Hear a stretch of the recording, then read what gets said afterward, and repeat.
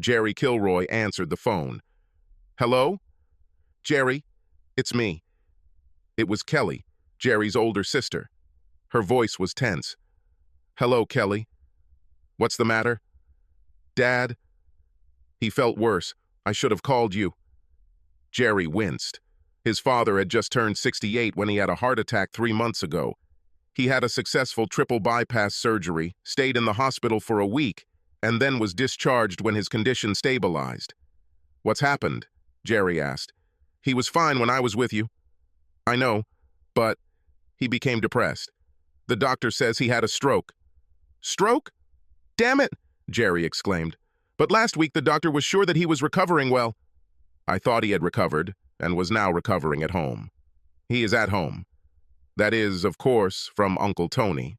The stroke is believed to have been minor, but with his poor health, even a minor stroke is serious." "Oh, yes. Thank God the worst didn't happen," he replied. He knew that after the operation, his parents moved in with their friends, the Blaylocks. In their marriage, his father was always the stronger partner. He was the rock that his emotionally fragile mother held onto. Jerry remembered from early childhood that his mother never handled stress well. So when her husband fell ill with a heart attack, it was no surprise that she turned to her old friend Agnes Blaylock and her husband Anthony.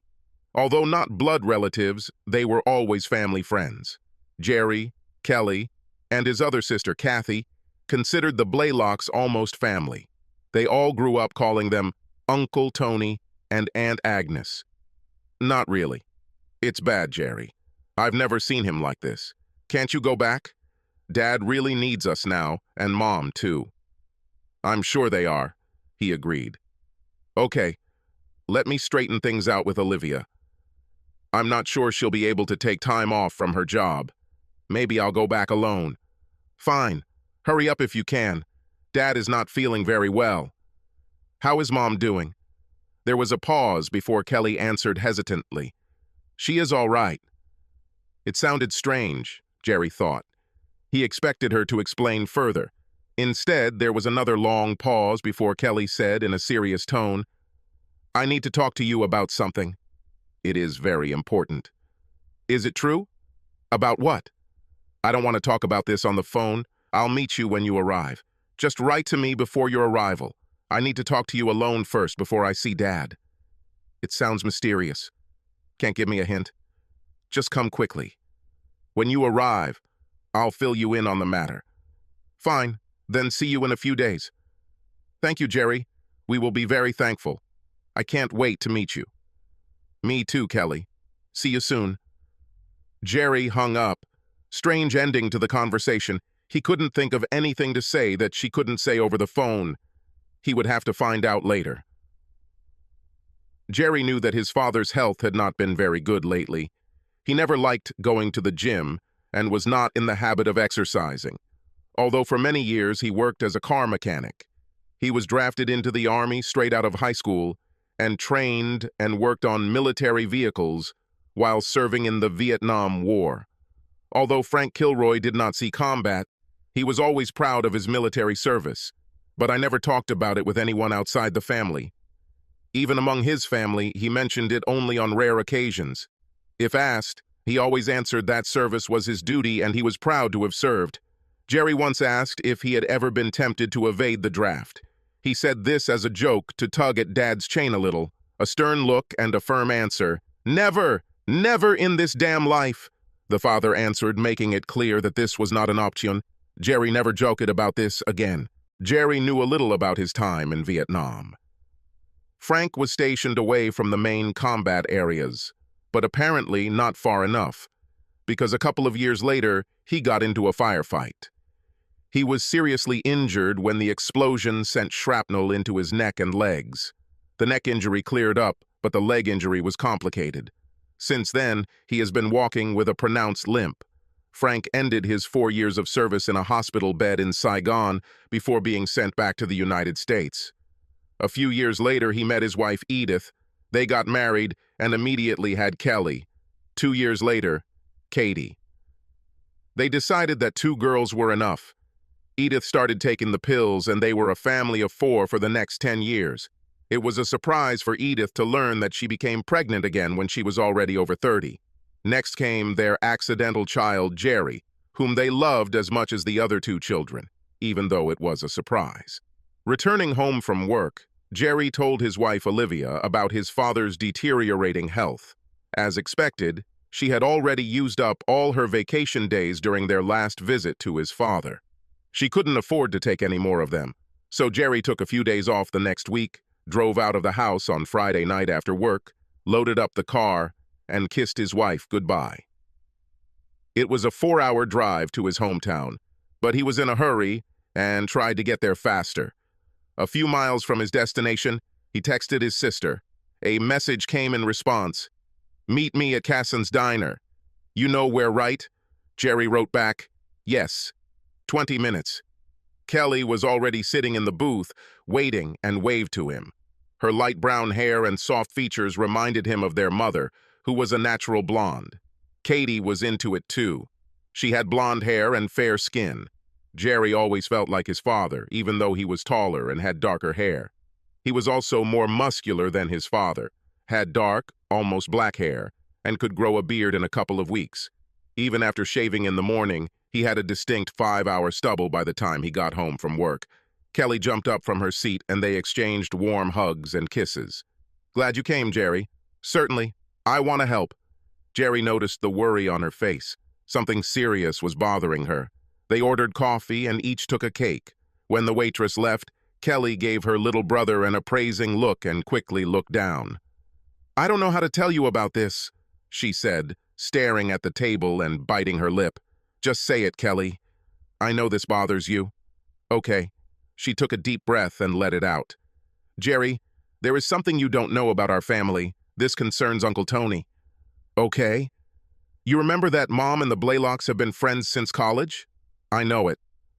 "Mom and Aunt Agnes lived in the same room. They studied at the same college and met Uncle Tony there." "I know that too. A couple of years after college, Mom met Dad at a party, and here we are." "And what?" "Well, from then on, they were all friends. Mom and Dad got married, and a few years later, Tony and Agnes got married too." "Yes, Mom was Agnes's bridesmaid." "Exactly. I don't know if you know this. Before you were born, Dad had to leave town for several months to attend mechanic school. He was new to the company and the classes took place quite far from home. During his training, the company allowed him to come home only once and only for a couple of days. He used his veteran's benefit to pay for his tuition. During the time he was gone, Mom seemed to become depressed and a little crazy." "Are you crazy? What does it mean?" Kelly shook her head and said, "She did something stupid, Jerry. She had an affair with Tony." "What?" he shouted too loudly. The other customers looked at each other, so he tried to control his voice and spoke more quietly. "Mother? Did she have an affair? With Uncle Tony? What the heck?" "Yeah, Mom is definitely an idiot. Now I know it." Jerry sat back down in his seat and tried to recover from this unexpected news. Did his mother cheat on his father with Tony Blaylock? Incredible. "When did you find out?" he asked her.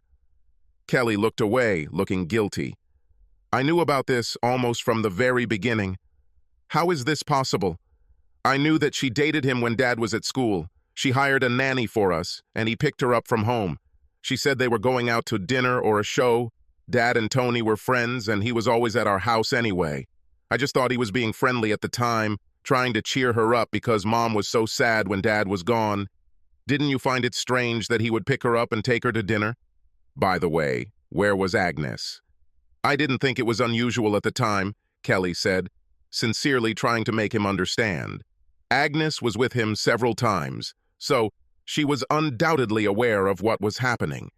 They came to the house to pick up their mother, and when they left, they laughed and chatted joyfully. It looked quite innocent. It also happened that he would come alone and do some small work that my mother needed. I thought it was just a friend helping her while Dad wasn't home. That's all I thought at the time, and my mother allowed me to think that way. I realized that she cheated on him only when I was in high school." "Did it take you that long?" "Sorry, Jerry. I should have told you something sooner. But probably then I was very gullible. Now I understand. Don't let it bother you, Kelly. You were still a child and didn't know everything. There was a pause before Jerry asked, I take it Katie knows too?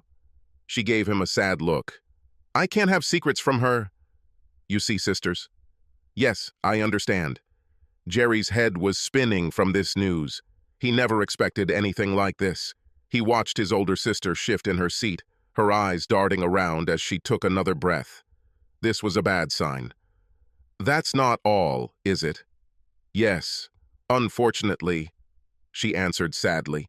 It's very hard. I hate to tell you about this, but I'm not going to sugarcoat it. We already had too many secrets. She looked him straight in the face and stated categorically, Jerry, I'm not sure that Dad is your biological father. What? No fucking way. Is it true? Yes. Sorry. I think you may be Uncle Tony's biological son. Kelly's voice broke as she made her statement. Then she broke down and brought her hands to her face. She began to sob slightly as she looked at her dark-haired brother, who was amazed. Are you kidding? You must be joking. My God. A tear welled up in his eye, and he quickly brushed it away before she could see. No, but I would like to, she replied, sobbing. But I'm not sure. I hope I'm wrong. I was talking about this with my mom the other day. She said she didn't know for sure either. But he thinks that then she became pregnant by Tony. You showed up a little over 9 months after they had already started their affair, and your resemblance to Tony is too great to deny. Dad never talked about it, so I don't think he realized the possibility until... It took Kelly a moment to stop sobbing and speak. Until a few weeks ago, when Mom let the cat out of the bag. What a stupid bitch she is. He was still recovering from a heart attack when she told him about her infidelity. Since then, my dad has become depressed. Perhaps that's why he had a stroke, because he took the news so hard. Crap. Jerry exhaled with anger. I know he's crushed. Damn her. Why the hell did Mom need to open her big mouth after all this, especially when it was in such a fragile state? It might be a mix-up with the medications, Kelly said. We all think so. Mom has been taking antidepressants for a long time. You know what she's like, but recently she got a new doctor. I think she met him in the hospital when Dad was having surgery. New doctor? For what? Oh, I don't know. Mom has always been a hypochondriac. She hung around the hospital and no doubt met a lot of doctors there.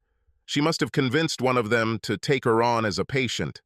I imagine she didn't tell him about all the medication she was taking at the time because he gave her a new prescription for nerves, and unfortunately, that medication conflicted with some of the ones she was already taking. This made her somewhat delusional, and she told the whole story to her father during their quarrel. Jerry sat stunned in his seat, his brain overheating as he tried to process all this new disturbing information. So he might not be my real father? Jerry sighed thoughtfully. No, he is your real father, Kelly exclaimed. Oh my God, Jerry, don't ever think otherwise, please. I know. Of course he's real, he answered embarrassedly. You're absolutely right, Kelly. He is my dad and I love him. Regardless of whether he is my bio dad or not, I know he loves me, he always has, and will always be my real father. Thank you, Kelly sobbed and reached across the table to take his hands. For several poignant moments, the brother and sister held hands and shared their grief. Kelly hated telling her brother the truth, but he should have known. After a few moments, Jerry said, shaking his head, What a mess it is going on here.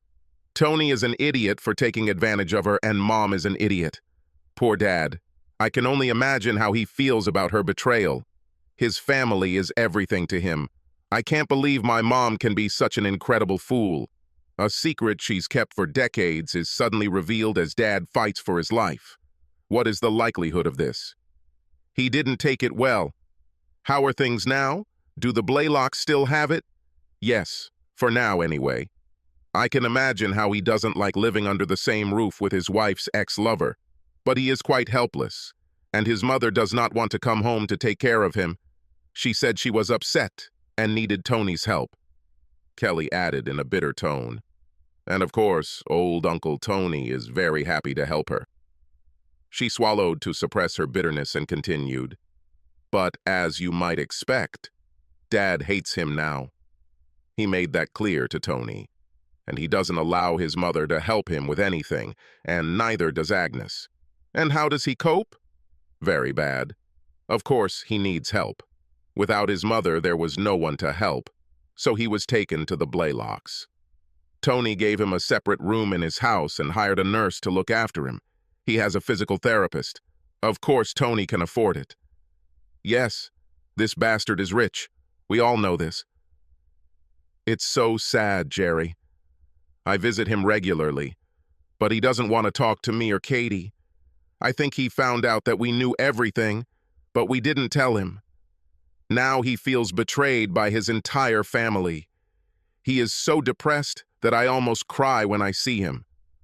I can imagine. Poor guy. What a cruel retribution for all his labors. He was a faithful husband and an excellent father all his life. Honest, hardworking, a great provider, and look how that turned out." The brother and sister sat staring at the table, deep in thought.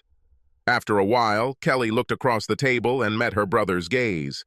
"I know this is a shock for you. I hated to tell you," she admitted. "But I love you, Jerry. We love everything. Don't think that this changes anything between us. Katie knows I'm talking to you and she'll say the same thing. She couldn't be here now, but it will be tomorrow. By the way, she says hi to you." "Thank you, Kelly. You will always be my sister no matter what, and so will Katie." Kelly signaled for the bill and asked, "Are you ready to visit Dad?" "Yes, I really need to see him and help him if I can. I hope he doesn't take this too hard. You know what he's like." "Yes, he always had a keen sense of justice. Everything is either right or wrong, no halftones. That's why he's in so much pain.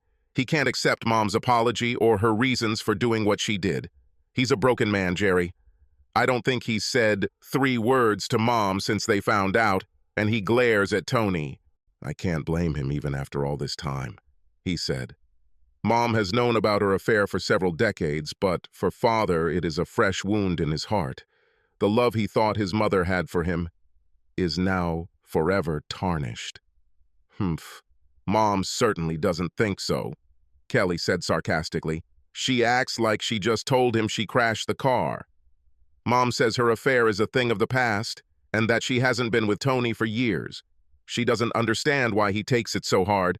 I told her that, because her affair was long in the past, it hurt Dad no less. This happened very recently for him, and he still feels the pain. He's still very upset." Jerry and Kelly rode separately. As they pulled into the long driveway, Jerry saw the familiar sight of the large Blaylock house. This is a 2-story mini-mansion with a huge landscaped yard, a swimming pool, and a round flower garden. Uncle Tony owned 3 car dealerships and several other businesses. His house was a symbol of wealth in this small community. Frank Kilroy and Anthony Blaylock became an unlikely pair of friends. Tony's business success, contrasting with Kilroy's modest financial position, made their friendship unlikely over the years. Of course, now that Jerry knew about Tony and his mother's affair, it made a lot more sense. Jerry and Kelly were greeted at the door by a gloomy Aunt Agnes. Kelly and Agnes hugged and kissed, then Jerry hugged the older woman. The hug was tight, and when they pulled away, it became awkward. She was still a beautiful woman, slim, beautifully dressed, with perfectly styled silver hair. "Thank you for coming, Jerry," Agnes told him sincerely. "I hope having you here will cheer up your dad." "I hope so, too." When they were shown into the living room, Uncle Tony appeared. He was taller, 6 feet height, and his thick figure was dressed in an expensive silk suit. On his feet were patent leather shoes made of expensive leather. Smiling confidently, the older man stepped forward, hugged Kelly, and shook Jerry's hand. Jerry noticed his combed-back black hair, speckled with gray. This gave him a respectable appearance. "It's good to see you again, Jerry," Tony said with a smile. "I wish the circumstances had turned out better. But I'm very glad you're here." "Me too, Tony." Jerry wanted to call him Uncle Tony, but restrained himself. "Neither of you want a drink?" "No, thanks," Kelly replied, and Jerry just shook his head. "Where is Dad?" he asked. "In the room," Tony said, pointing proudly to the large room. "We specially repaired it for him when he was discharged. Full hospital bed, power wheelchair, everything you need. All he needs to do is ask." "Certainly." Jerry and Kelly left the tall man and went into the former closet. Jerry was shocked at how small and helpless his father looked. The strong, confident man he had looked up to all his life was a smaller shell of the man he used to be. His head lolled to the side, and he looked listlessly at his visitors as he sat in his wheelchair by the window. Jerry came over and hugged him. Frank raised his hand, which was still working, and extended it to his son for a weak handshake. "Hello, Father. I'm sorry you relapsed," Jerry said, trying to start a conversation. Frank nodded weakly. His face showed no emotion, but his eyes were glued to his son's face. He tried to say something, but the words came out slurred. Jerry leaned closer to hear the man's faint words. At first, he started to pull away, nodding as if he understood. But Frank held his son's hand resolutely, repeating the words many times before he saw some recognition in Jerry's eyes. During their hesitant conversation, Tony and Agnes left the room to give them some privacy. Jerry finally realized that he was telling him that he loved him and that he would always be his son. Jerry felt tears welling up in his eyes. He heard snoring next to him and looked at Kelly. She heard what Frank said and began to cry, covering her face with her hands. Jerry also began to choke. "You too, Dad," Jerry said to the old man, his voice trembling. "I love you, and I will always love you. I heard about problems with my mother, but for me it doesn't matter in the slightest. Nothing has changed between us, and it will never change, Dad." Frank raised one hand up. The other didn't work too well. Jerry finally realized that his father wanted another hug. He bent down again, and one of his father's arms hugged him with surprising strength. He didn't let him go right away. His mouth was next to Jerry's ear and tried to whisper something. Jerry had to listen closely to understand. Frank's words were slurred, but he was saying something that he thought was very important. Yules or moves or rules, something like that. Perhaps Frank was on edge too, because his words were so slurred that he couldn't say exactly what he wanted. Jerry felt his father starting to get upset. Therefore, he pulled away, feeling awkward that he could not understand him. They sat with Frank for a while Jerry talked about his wife and various trivia about his work and family. Frank's expression turned sour. He looked away from his son and fell silent. "I'll be back in a while, Dad." Frank didn't show that he heard him. Edith was in the large, expensively furnished kitchen, sipping coffee. There were empty plates on the table. She must have just finished eating. His mother was dressed in a colorful printed robe and had slippers on her feet. Her hair was beautifully styled, and she wore light makeup. She saw her son enter the room, and her face broke into a wide smile. She stood up as Jerry entered and hugged him tightly. "Oh, Jerry," she exclaimed, "I'm so glad to see you." "So glad you came," called Kelly. "I had to come see my dad," Jerry told her. "We met just recently, and she told me something interesting about you and Tony." "Quite an interesting story." "I'm sorry for keeping you in the dark, honey," Edith explained with slight sadness in her eyes. "But I didn't want to upset either you or your father. You can see how badly he takes it. It would be better if I didn't say anything at all." "No shit," thought Jerry. "She doesn't seem too upset, though." And he was slightly surprised at how calmly she took it. It is likely that her confession was the cause of her husband's stroke.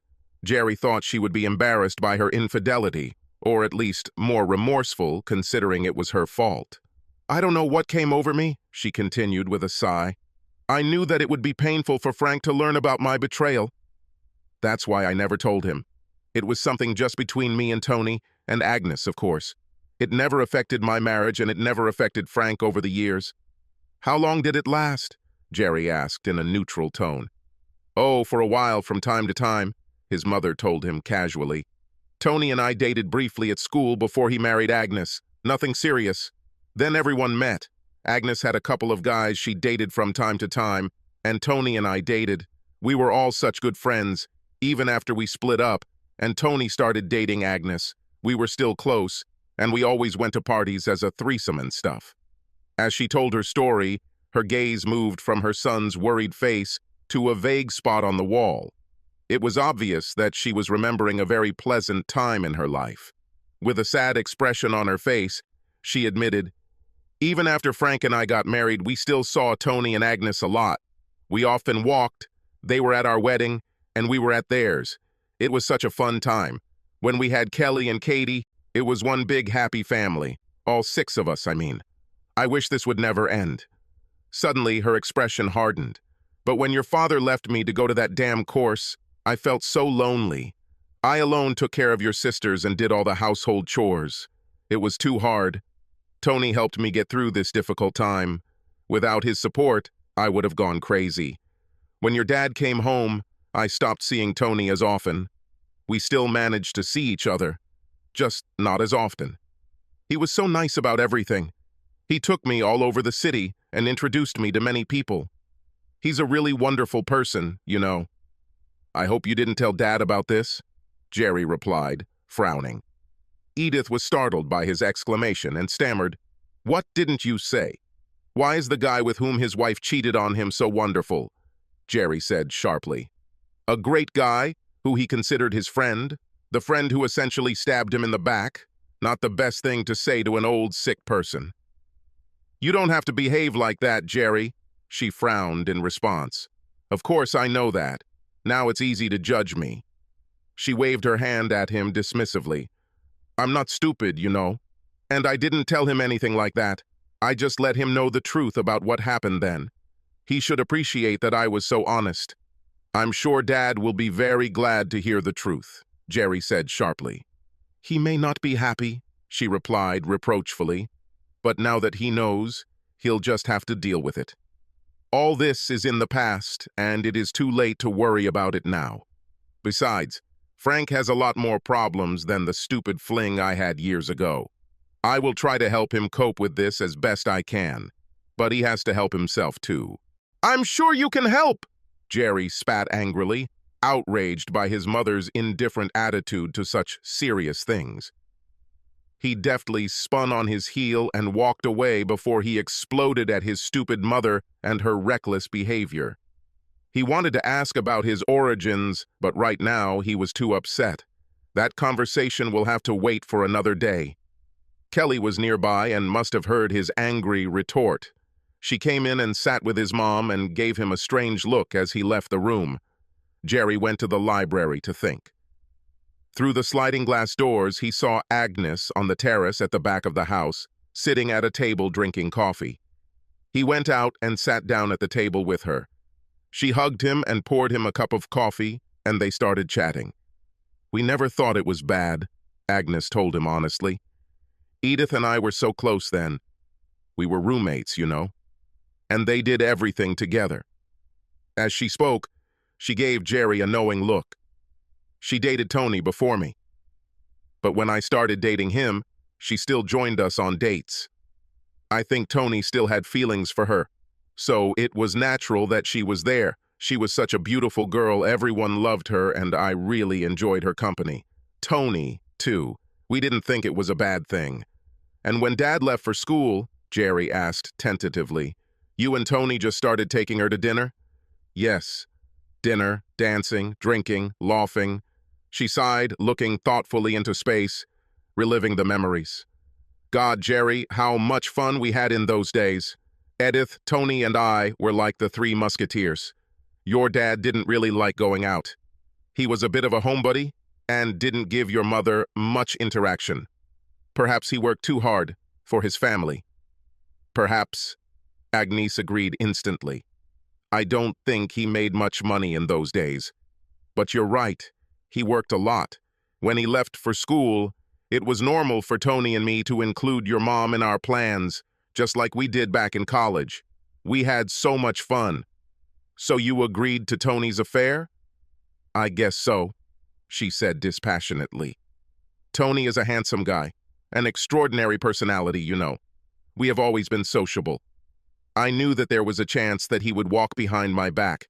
I felt that if he had to play pranks, it would be better with Edith than with someone else. She won't try to take him away from me, and we were already very close. It was just a natural combination.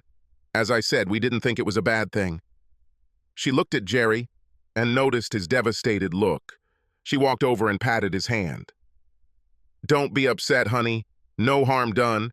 I mean, no one would have gotten hurt if Edith hadn't let it slip out the other day. And don't blame your mom too much."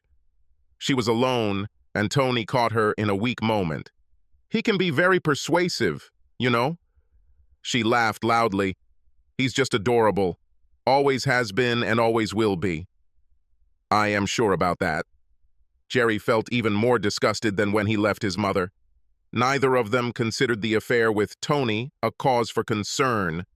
He left the elderly woman alone with her pleasant thoughts about the past days and returned to the house. His thoughts were restless until he suddenly thought of what his father had tried to say earlier. "Tools! He needs his fucking tools!" Jerry exclaimed excitedly, pleased that he had finally figured it out. Frank always took pride in his instruments.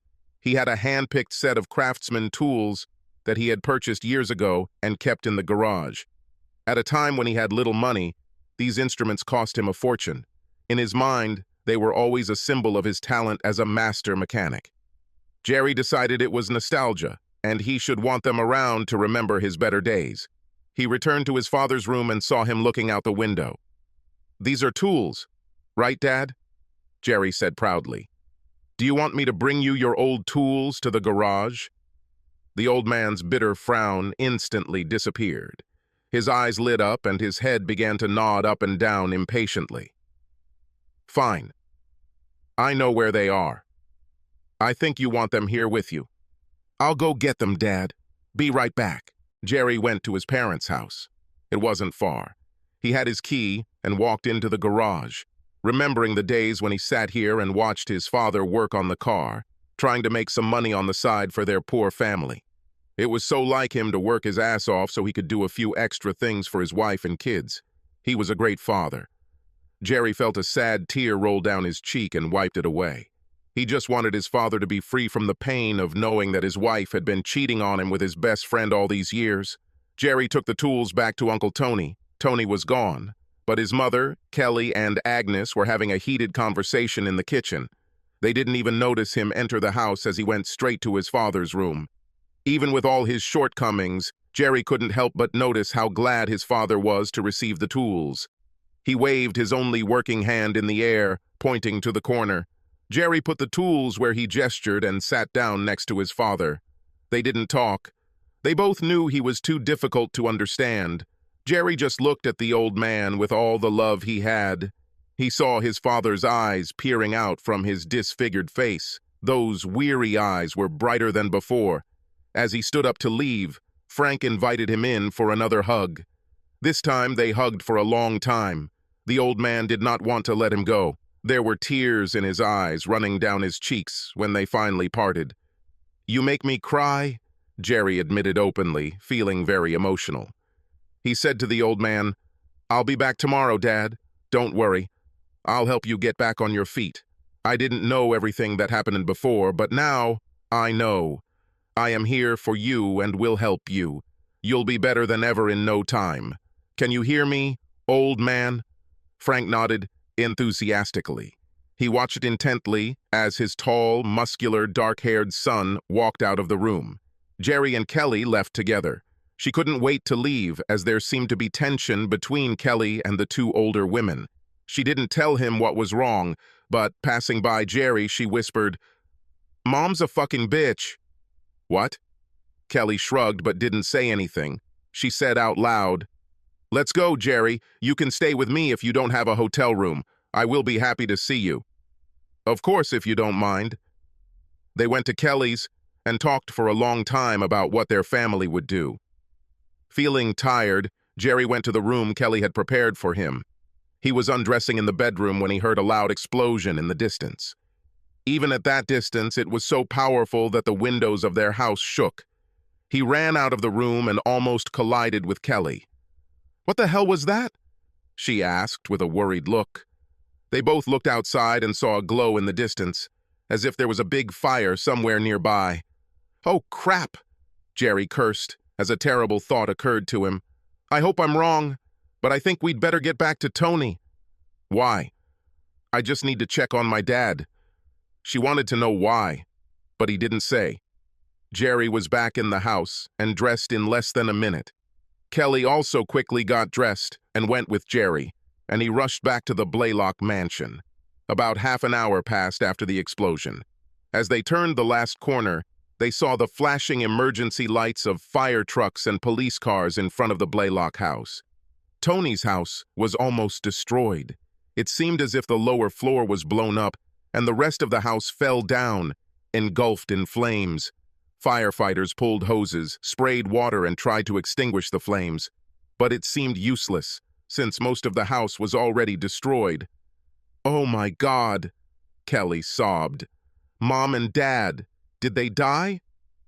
"I'm afraid so," Jerry said, hugging his sobbing sister. They told the police who they were, and the man just shook his head.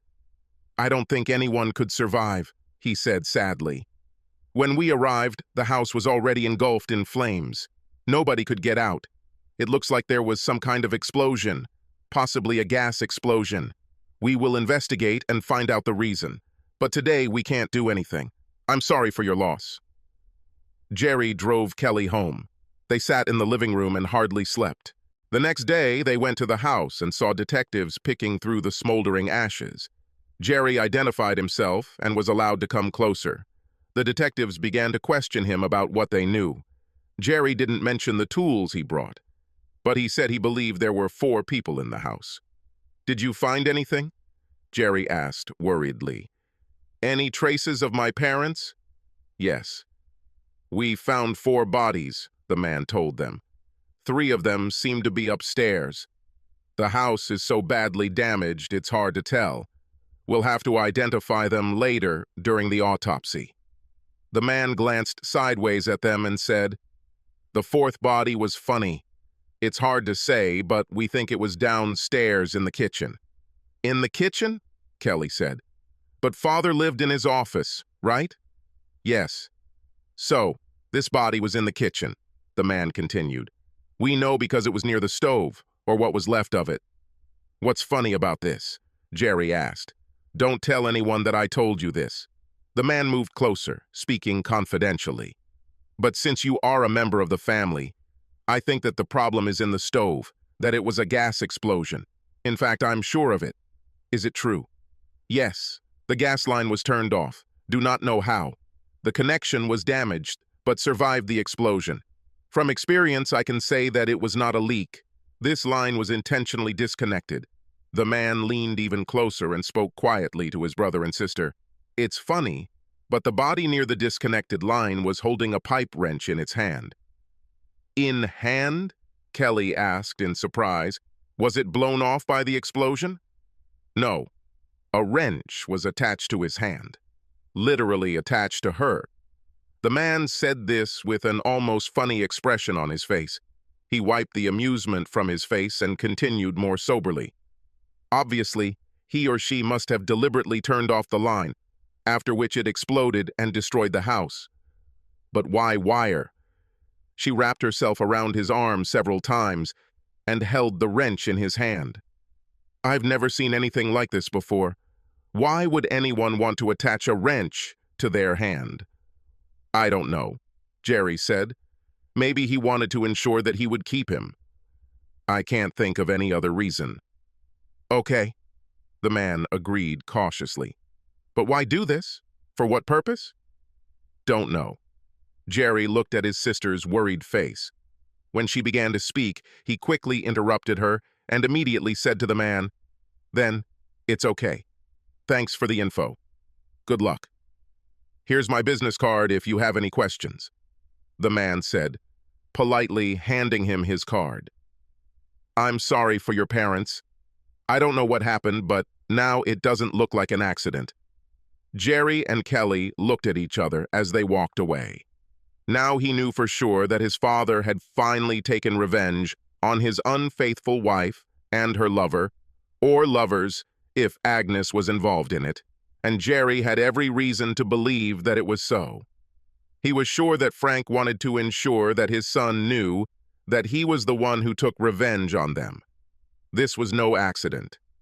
As he left, hugging his sobbing sister, Jerry sadly whispered, "Message received, Dad." Jerry was sorry to lose his mother and a little sad about the loss of Uncle Tony and Aunt Agnes. After all, they had been so close to him as a child. But he could not help but respect his father, a proud soldier and a man of honor, now reduced to a feeble, almost helpless, disease-ridden man, receiving his final revenge for the worst insult a husband could face. It was so similar to his stubborn father, he wouldn't let something like that go. "God, how I love you, Dad." Jerry allowed himself to sob. "I'll miss you." Subscribe to our channel so that your second chaff doesn't cheat on you, and go ahead and listen